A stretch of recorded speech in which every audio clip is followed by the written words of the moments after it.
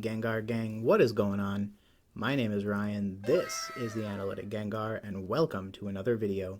In today's video, friends, we answer probably the question everyone and no one are all simultaneously asking, and that is, can you make a profit by opening up a base set first edition booster box?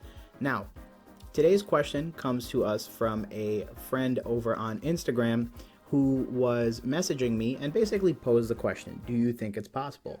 I thought about it, I ran some numbers, and I have an answer. However, I don't really know if it's going to make anybody happy because it's a little bit more complex than yes, and it's a little bit more complex than no.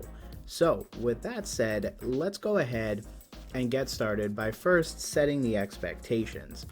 First things first is that we are going to assume that Logan Paul's box that he just broke is average. So we're going to run with the pulls that he got. Why are we doing that? Well, because up till now, when this video is being recorded, that is the most recent box break. And so it's probably going to be most representative of the population. Now, I realize that not every single booster box has the exact same cards in it, and Logan's box could even be a little atypical given the fact that he did have all 3 starter Pokemon and even a duplicate Blastoise card.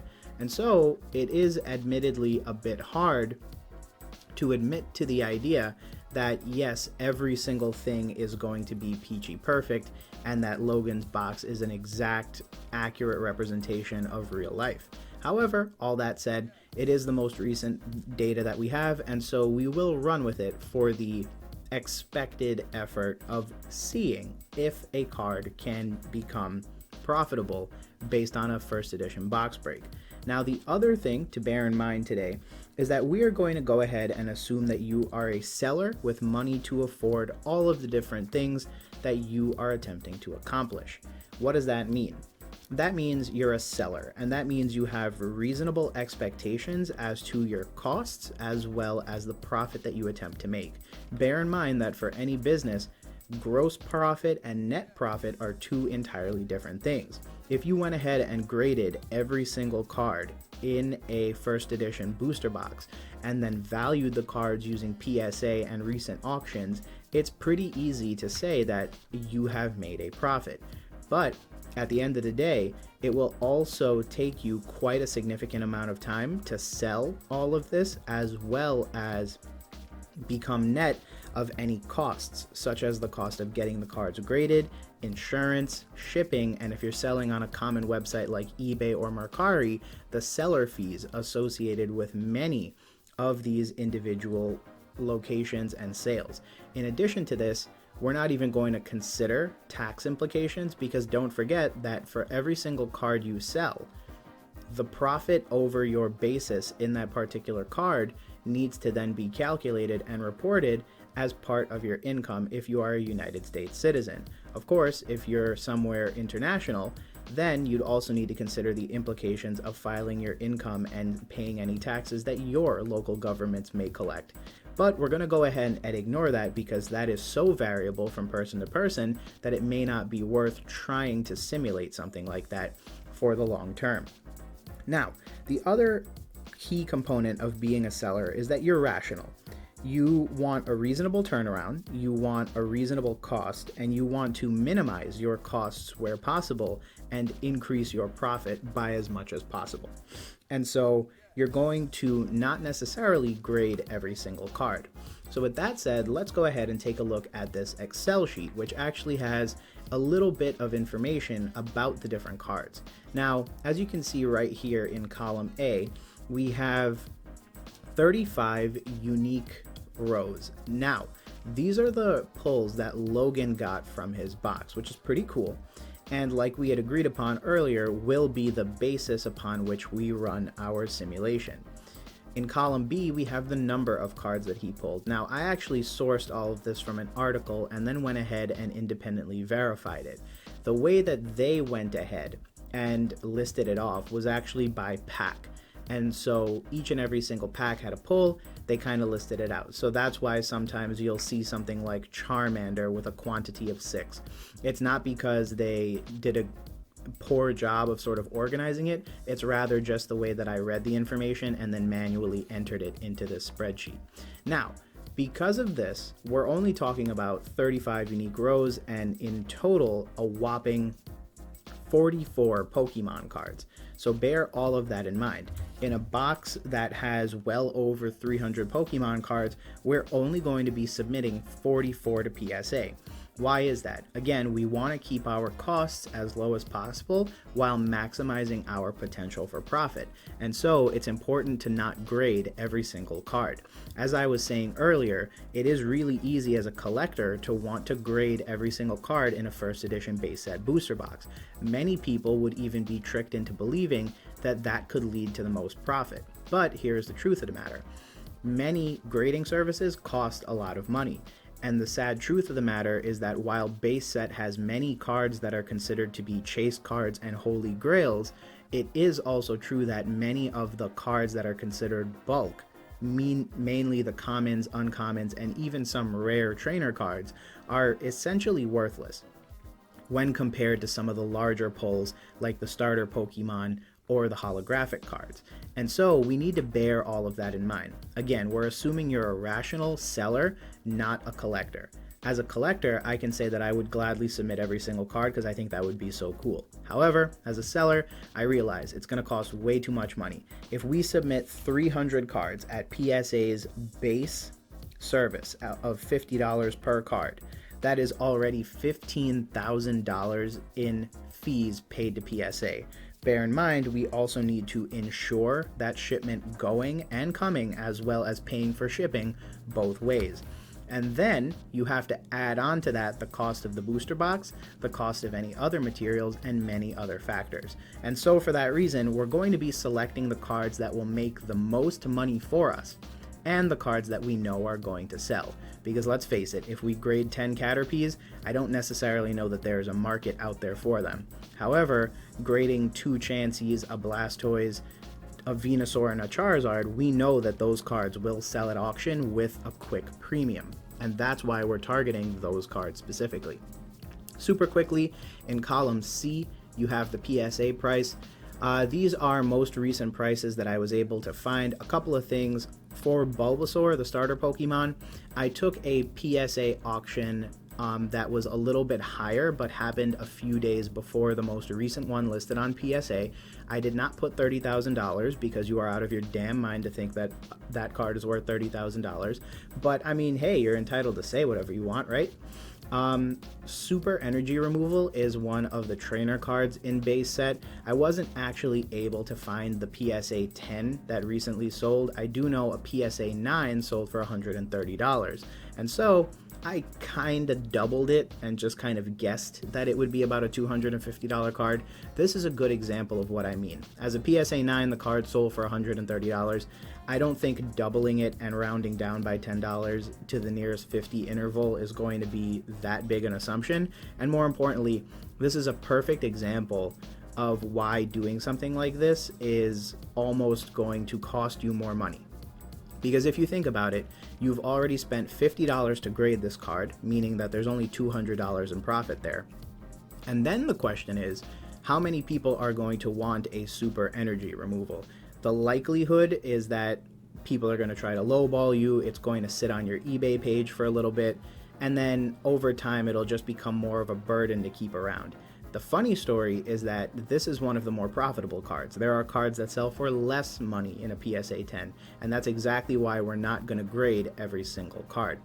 By the way, if you do want to see a pack by pack breakdown of each and every single card, how much it was worth, and all of that type of stuff, Randolph did a really good video where he basically went in and priced every single card, both graded and ungraded. So if you're looking for a pack by pack analysis of Logan Paul's box, definitely go and check that out.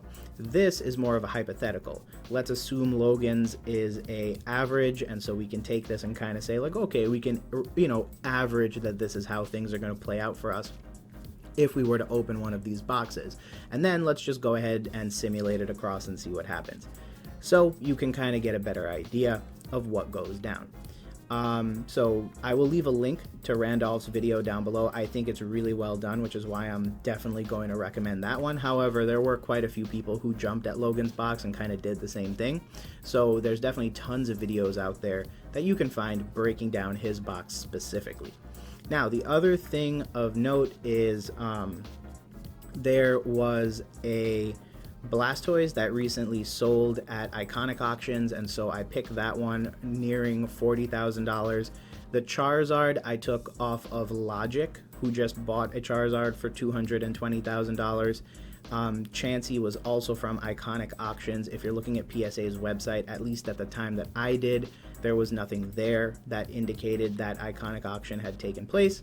And the Venusaur, we also know, is a Japanese auction that stuck the card for $30,000. So let's go ahead and make that edit right very now.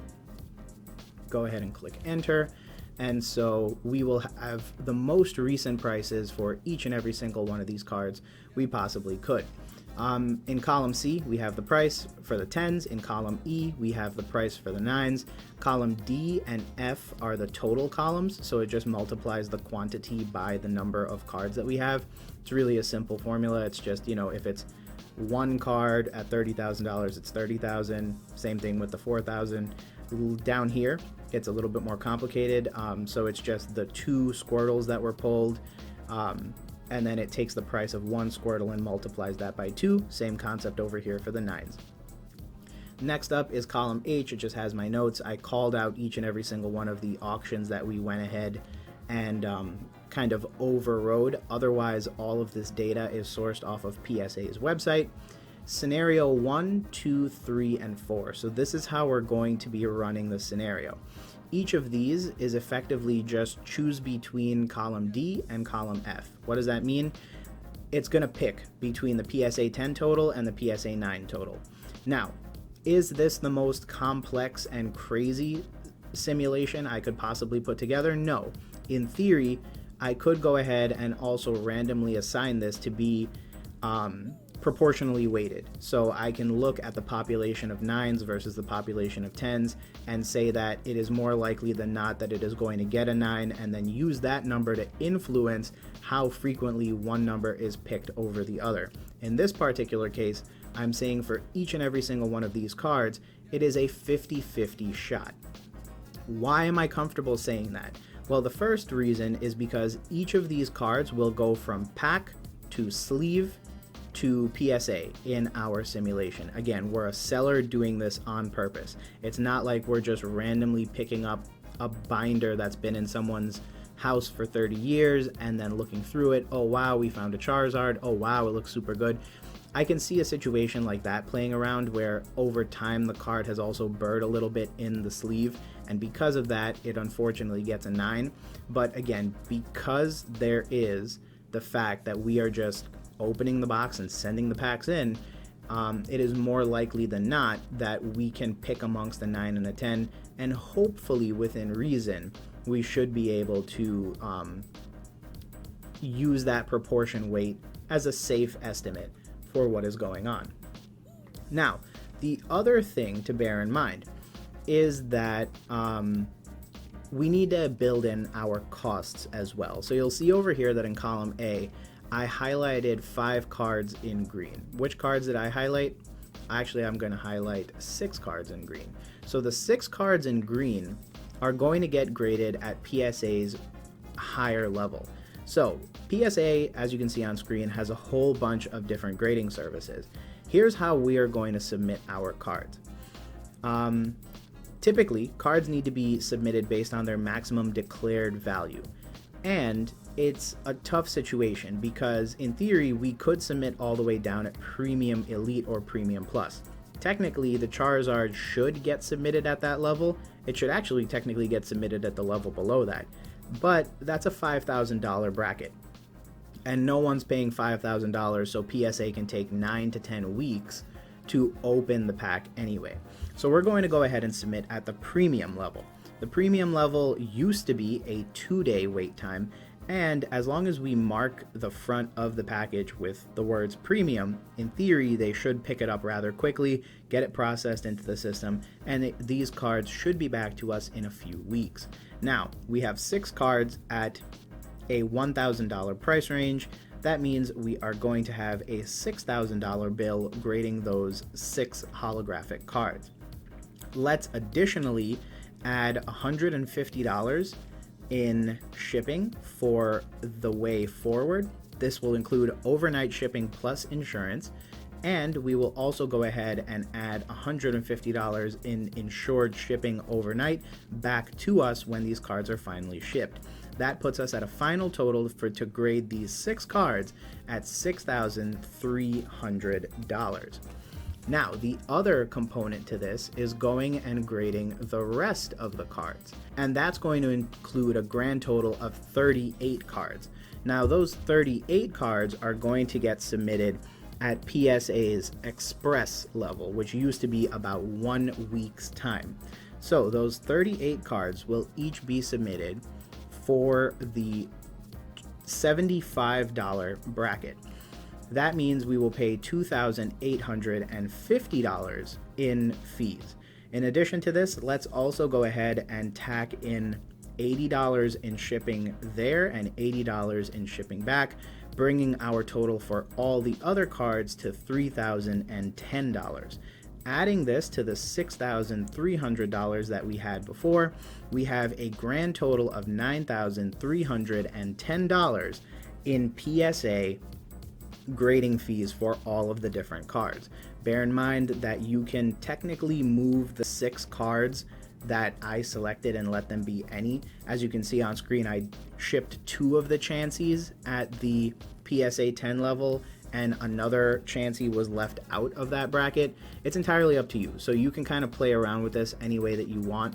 In theory, that should be fine for you. And you can also kind of choose to have less Pokemon cards submitted at the $1,000 level. Again, I'm just trying to make this as realistic as possible, because what will also happen is that if PSA finds out that one of these cards is actually worth $220,000, and believe you me, they will know the Charizard is if it grades a PSA 10, then they will be very quick to up the price on you. And so we're trying to submit in a way that it doesn't draw too much attention to ourselves, and it also puts us in a safe and secure bucket in terms of insurance, handling times, and all of that type of stuff. So, as of right now, we have $9,310 just in PSA grading costs. Now, in addition to our grading costs, I'm going to go ahead and round that up to $10,000 flat. So, $10,000 minus the $9,310 that we just went over is $690. What is this $690 going to be for? Let's call that the incidentals component of all of this. So that would include anything such as buying new sleeves and card savers, buying a box, buying shipping material, paying yourself a little bit for the time it would take in order to open the box, get rid of any garbage, stuff of that nature. It sounds silly, but bear in mind that as a seller, you're not doing this necessarily as a hobby, but rather as a component of your work. And so building in that type of cost factor is important to make this as realistic a simulation as possible.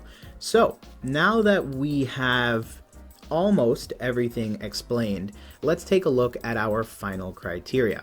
So here's a pivot table. In column N, you have a sum of all of the PSA 9s. So let's just pretend that every single card immediately got a 9. That's the price that we would end up with, $92,000 and some odd change. Obviously nowhere near enough.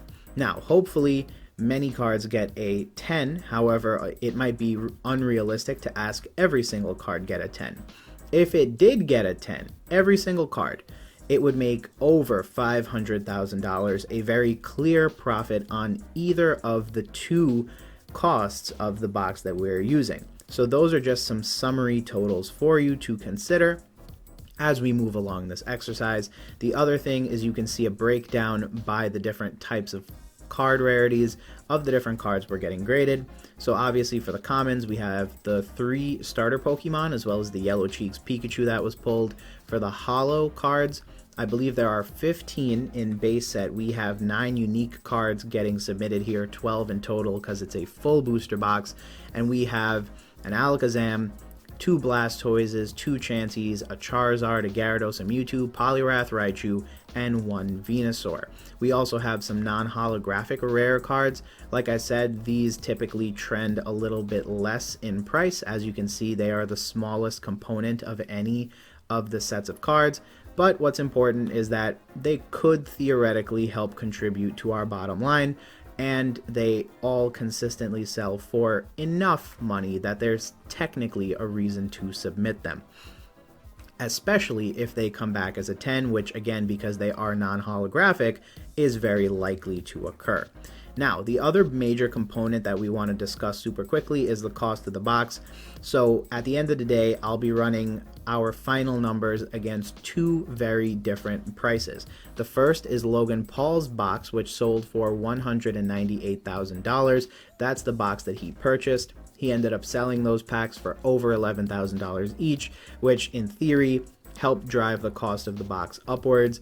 The new box that Collectibles Guru sold to Dumb Money TV sold for $375,000.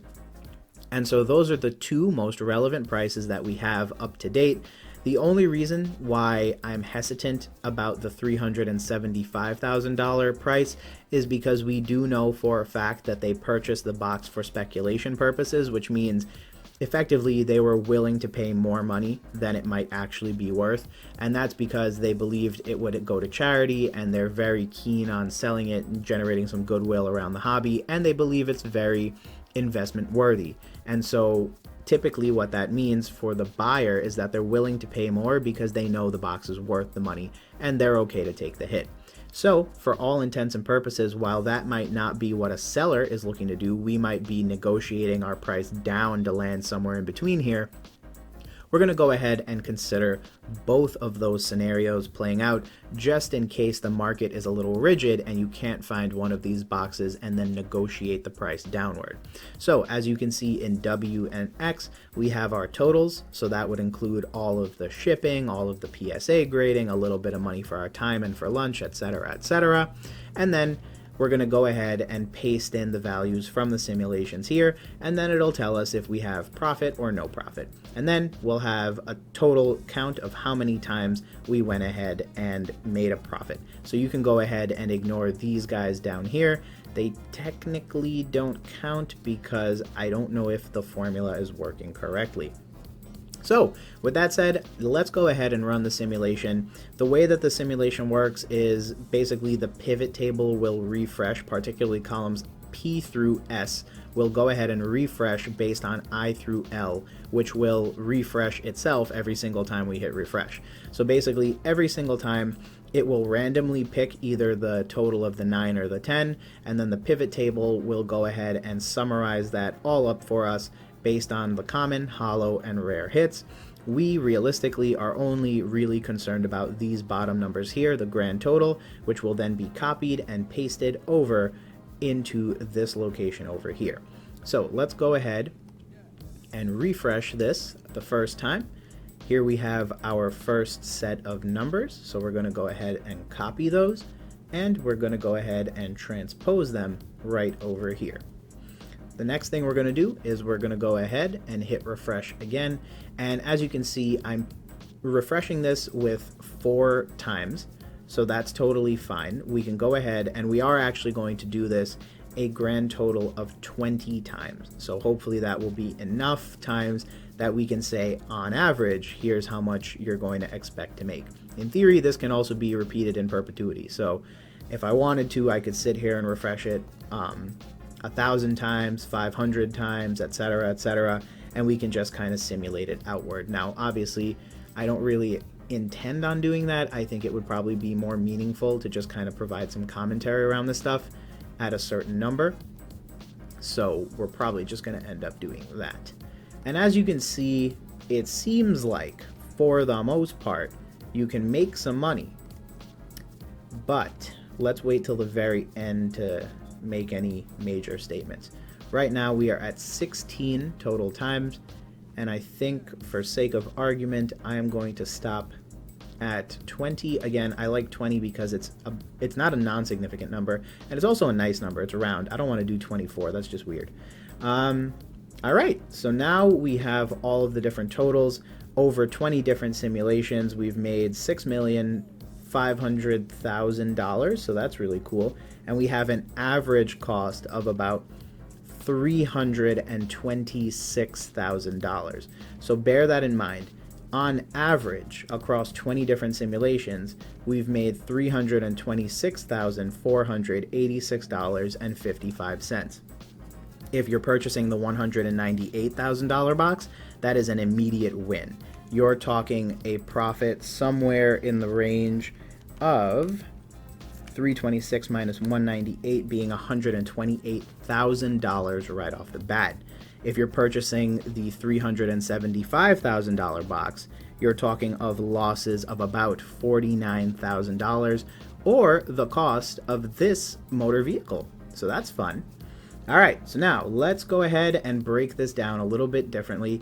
Columns W and X, I may have covered this already. Super simple. It's just saying that if the value in column V is greater than the column header, we're going to go ahead and call it profit. Otherwise, don't call it profit. So let's drag these down super quickly and just make sure that they are still continuing to work the way that they should. This is just a little sanity check that you should perform. And then let's go ahead and take a look at our final counts. So bear in mind, these two that I'm going to go ahead and make blue are for the $198,000 box. These that I'm going to make in green are from the $375,000 box.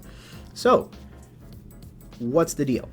Well, this should come as no surprise, but for the lesser box, for the $198,000 booster box, given the prices that we've seen over the past couple of weeks, you would probably make a profit 75% of the time. We ran 20 simulations, 15 were a profitable enterprise, and 5 were a non-profitable enterprise. What does that mean? Well, it's likely these types of situations right here, and you can actually see them. So I'm going to just go ahead and highlight them on screen for you. It looks like for the most part, when you lose big.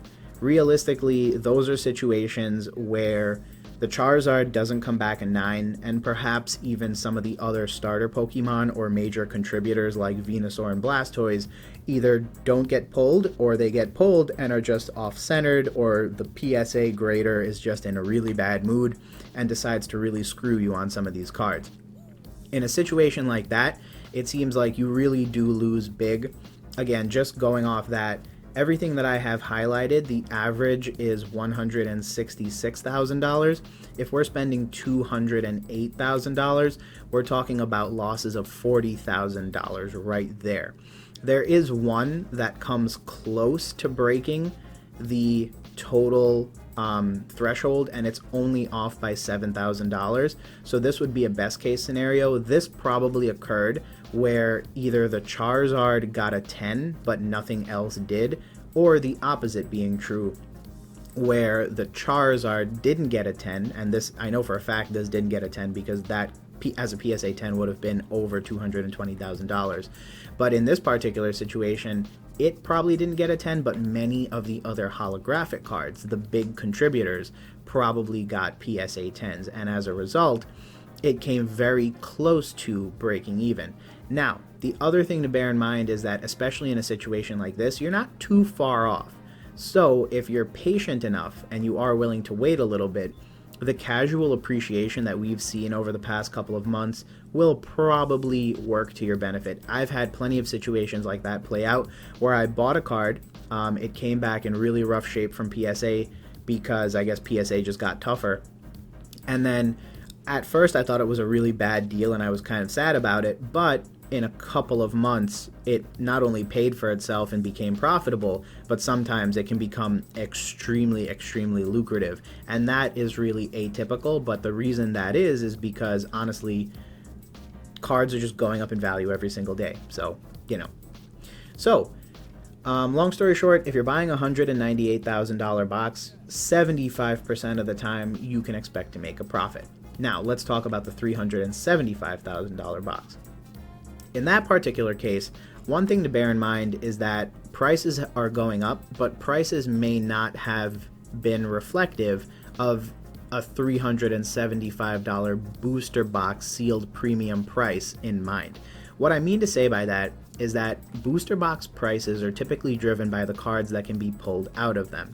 And so if Logic can buy a $220,000 first edition base set PSA 10 Charizard, it stands to reason that the booster box should sell for more money than that. And so one thing to bear in mind is that all of these cards may continue to increase in price, especially as the $400,000 mark is the new normal for where the booster box these cards come out of becomes the new standard price for this particular set. So just bear that in mind, because in this particular simulation we made a profit 10 times and we made no profit 10 times. So 50-50 odds that you are going to make a profit. Let's take a look now at some of the profitable endeavors. So here are some really good ones actually that kind of highlight how close we can get to a situation where things are really bad.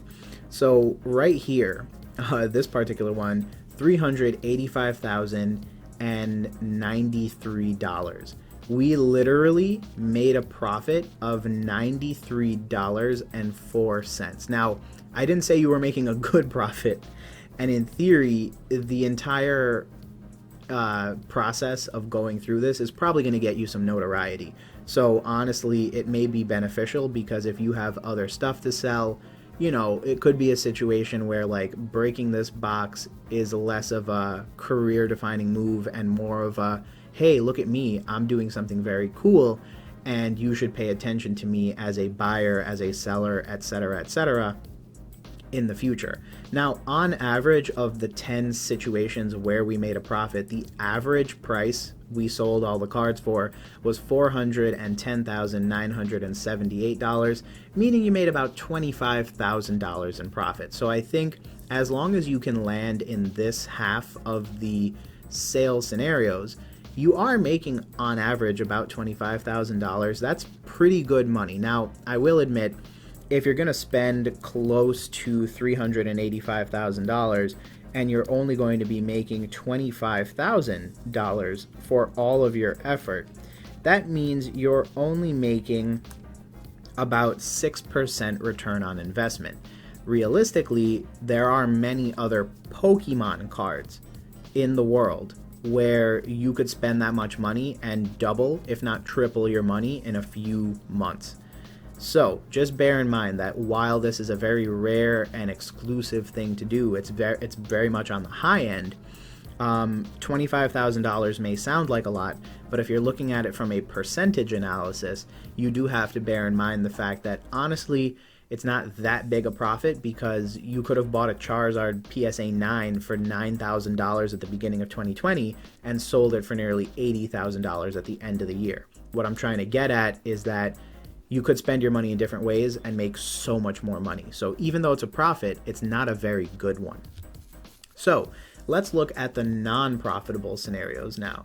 So let's go ahead and click each of those and then see what our average is. So on average, we're making about $241,994. Now bear in mind, if this was a situation where we were looking at the $208,000 scenario with a $198,000 booster box and $10,000 in shipping, grading, services, etc., we made a profit. But unfortunately, we're not. And let's take a look at some of these. So, $172,000, a very clear loser. You lost nearly half your money, and it looks like I know for a fact the Charizard didn't come through for you, and probably many of the holos didn't come through for you either. Again, not unheard of, because even though you're pulling them straight out of the pack, bear in mind these are some of the oldest Pokemon cards in existence, and as a result, no one can really guarantee the quality and condition of those cards until you open them up and take a look for yourself. At that point, it's already too late. 201,000, 223, 133, that's even worse than half your money gone. That's more like very, very, very close to 60 to 65% of your money gone. Half, yeah. And then one thing that I will call out is there are 3 scenarios where it's over 300, or it's very close to $380,000. So we got a 378, a 383, and a 381,000. So those are very similar to the scenario we saw play out with the $208,000 scenario. Is, you know, chances are by the time you sit there and list everything on eBay and blah blah blah blah blah, prices could raise and push you into the profitable zone. However, the one thing of note is that it won't be too much more profitable, right? We can assume that some of these cards might pull through for you. I think in each of these scenarios, it's fair to say the Charizard came back at 10, but all things considered, it's still going to take you a little bit of money before you make all of your money back. So it is going to be a considerable amount of time. Like I said, the reason why the profit margins are so slim in column X is because prices have been selling based on this price. So once card values go up to reflect the new price of the booster box, I have a feeling that even the $385,000 booster box is going to be equally as profitable as the $198,000 booster box. Realistically, this is probably more indicative of how things will be in the future, because all of these sale prices borderline reflect this price for a booster box. So just bear that in mind, is that it's probably going to be somewhere between 50 and 75% of the time you are making a profit. All that said, given all things equal, can you make a profit? Yeah, I think today's exercise shows that you can reasonably expect, you know, anywhere between a 50 and 75% chance. I would probably say, you know, if we were to aggregate everything together, there's probably a 60% chance. The key things to bear in mind is that you need to pull a Charizard. You need to pull at least one. If you pull 2, you're automatically winning. But if you pull 1, you need to get it graded a 10. As a PSA 9, I don't necessarily know that it's going to make much money for you in comparison to a $400,000 booster box. And as a, you know, overall statement, pulling the starters, pulling these little guys down here, the 3 starter based Pokemon, as well as the Pikachu cards, those cards help. Believe it or not, they add up super quickly. As you can see, that's $27,000 right there, $87,000 if everything comes back at 10. Those definitely make money. So although there's a lot of focus on the holographics, don't forget about the common cards. And then the other thing I would say, just as a collector, is that while this was a fun exercise to kind of see how the scenarios would play out, the one thing that I will say is that it could potentially be argued that while this could be done for the sake of profit, that one, there was a better time to do this in the past when these boxes were $10,000 and it was probably 100% likelihood of making a profit because the price of the box had not yet caught up with the price of the slabs. And then the other thing to bear in mind is that these cards are so rare and so valuable that it's borderline irresponsible to do something like this. Now, I know that might be a controversial statement to make towards the end of the video, but I would defend myself by saying it's really not a good idea to take one of 70, probably 70 or so first edition base set booster boxes and rip it with the intention of making a profit. One, because they're so stinking rare, good luck finding someone who's going to sell it to you. Even if you do find it and you rip it, there's not a chance you're going to make a good amount of money. As you've seen today, there are many scenarios that can play out where you're not going to make a penny. you're going to lose money, and sometimes you lose big time. The other thing to bear in mind is that, as I'd mentioned before, there are tons of other things you can do. Don't rip a first edition booster box, just go buy a couple Charizards. Buy PSA 8s and 7s. They still have tons of headroom to grow because the PSA 10 is continuing to grow. So you can invest in those cards now and make probably the same amount of money at a dollar figure that you would anyway. And the funny part is you're going to be investing less money, making the same amount of money at the end of the day, which means your percent of return is going to be so much higher. So in the grand scheme of things, could you make a profit? Probably. Greater than 50% chance that you would. Should you make a profit? No. And with that said, friends, thanks again for checking out today's video. I hope you liked it. It was a little bit different, so let me know what you think. Also, sorry if my audio over the past couple of weeks has been weird. I got a new microphone, like the one that the cool kids use, so I'm trying to figure out how to use it and not hit my head on it every single time I speak into it. So if you like today's video or my audio, feel free to leave a like on this video. As always, the best thing you can do to help support the channel and continue to help it grow is to subscribe. So if you do think I earned it, feel free to hit that subscribe button down below. As always, I appreciate your viewership. I hope you enjoyed today's little mathematical thing. Sometimes I do have to earn the title of analytics, so today was one of those days. And other than that, let me know down below if you have any questions or if you want to engage in some discourse about the prices or the calculations that I used. Other than that, thanks as always for checking out the video, and I'll talk to you soon. Peace.